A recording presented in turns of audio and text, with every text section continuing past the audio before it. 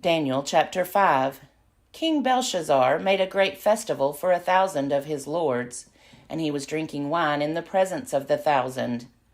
Under the influence of the wine, Belshazzar commanded that they bring in the vessels of gold and silver that his father Nebuchadnezzar had taken out of the temple in Jerusalem, so that the king and his lords, his wives, and his concubines might drink from them. So they brought in the vessels of gold and silver that had been taken out of the temple, the house of God in Jerusalem, and the king and his lords, his wives, and his concubines drank from them. They drank the wine and praised the gods of gold and silver, bronze, iron, wood, and stone.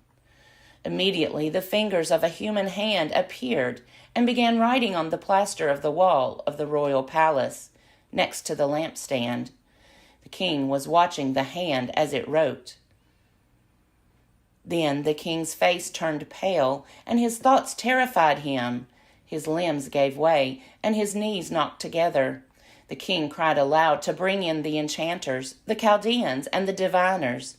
And the king said to the wise men of Babylon, "Whoever can read this writing and tell me its interpretation shall be clothed in purple, have a chain of gold around his neck, and rank third in the kingdom." Then all the king's wise men came in, but they could not read the writing or tell the king the interpretation. Then King Belshazzar became greatly terrified, and his face turned pale, and his lords were perplexed. The queen, when she heard the discussion of the king and his lords, came into the banqueting hall. The queen said, "O king, live forever. Do not let your thoughts terrify you or your face grow pale. There is a man in your kingdom who is endowed with the spirit of the holy gods. In the days of your father he was found to have enlightenment, understanding, and wisdom like the wisdom of the gods. Your father, King Nebuchadnezzar, made him chief of the magicians, enchanters, Chaldeans, and diviners, because an excellent spirit, knowledge, and understanding to interpret dreams, explain riddles, and solve problems were found in this Daniel, whom the king named Belteshazzar. Now let Daniel be called, and he will give the interpretation." Then Daniel was brought in before the king. The king said to Daniel, "So you are Daniel, one of the exiles of Judah, whom my father the king brought from Judah. I have heard of you that a spirit of the gods is in you, and that enlightenment, understanding, and excellent wisdom are found in you. Now the wise men, the enchanters, have been brought in before me to read this writing and tell me its interpretation. But they were not able to give the interpretation of the matter. But I have heard that you can give interpretations and solve problems. Now if you are able to read the writing and tell me its interpretation, you shall be clothed in purple, have a chain of gold around your neck, and rank third in the kingdom." Then Daniel answered in the presence of the king, "Let your gifts be for yourself, or give your rewards to someone else. Nevertheless, I will read the writing to the king and let him know the interpretation. O king, the Most High God gave your father Nebuchadnezzar kingship, greatness, glory, and majesty. And because of the greatness that he gave him, all peoples, nations, and languages trembled and feared before him. He killed those he wanted to kill, kept alive those he wanted to keep alive, honored those he wanted to honor, and degraded those he wanted to degrade. But when his heart was lifted up and his spirit was hardened, so that he acted proudly, he was deposed from his kingly throne, and his glory was stripped from him. He was driven from human society, and his mind was made like that of an animal. His dwelling was with the wild asses. He was fed grass like oxen, and his body was bathed with the dew of heaven, until he learned that the Most High God has sovereignty over the kingdom of mortals, and sets over it whomever he will. And you, Belshazzar, his son, have not humbled your heart, even though you knew all this. You have exalted yourself against the Lord of heaven. The vessels of his temple have been brought in before you, and you and your lords, your wives and your concubines have been drinking wine from them. You have praised the gods of silver and gold, of bronze, iron, wood, and stone, which do not see or hear or know, but the God in whose power is your very breath, and to whom belong all your ways, you have not honored. So from his presence the hand was sent, and this writing was inscribed. And this is the writing that was inscribed: Mene, Tekel, and Parsin. This is the interpretation of the matter. Mene, God has numbered the days of your kingdom and brought it to an end. Tekel, you have been weighed on the scales and found wanting. Peres, your kingdom is divided and given to the Medes and Persians. Then Belshazzar gave the command, and Daniel was clothed in purple.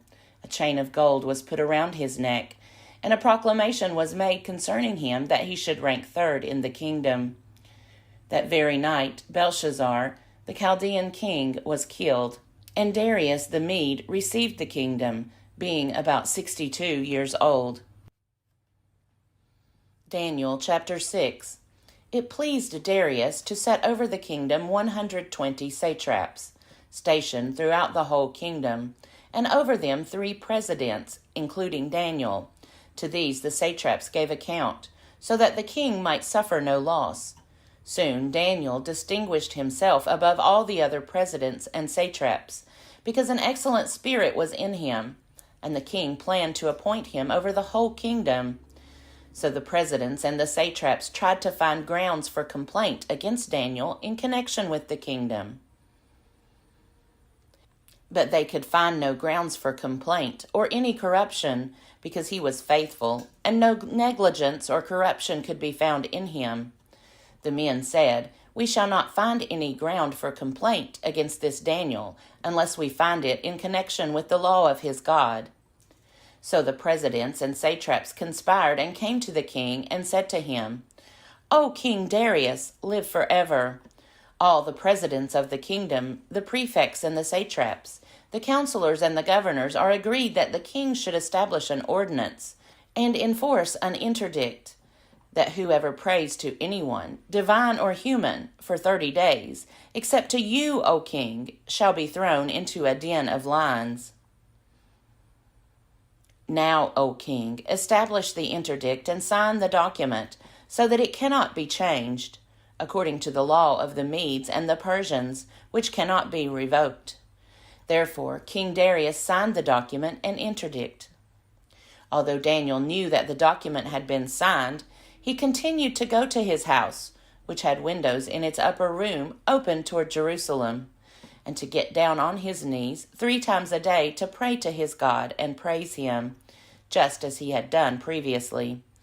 The conspirators came and found Daniel praying and seeking mercy before his God. Then they approached the king and said concerning the interdict, "O king, did you not sign an interdict that anyone who prays to anyone, divine or human, within 30 days except to you, O king, shall be thrown into a den of lions?" The king answered, "The thing stands fast, according to the law of the Medes and the Persians, which cannot be revoked." Then they responded to the king, "Daniel, one of the exiles from Judah, pays no attention to you, O king, or to the interdict you have signed, but he is saying his prayers 3 times a day." When the king heard the charge, he was very much distressed. He was determined to save Daniel, and until the sun went down, he made every effort to rescue him. Then the conspirators came to the king and said to him, "Know, O king, that it is a law of the Medes and Persians that no interdict or ordinance that the king establishes can be changed."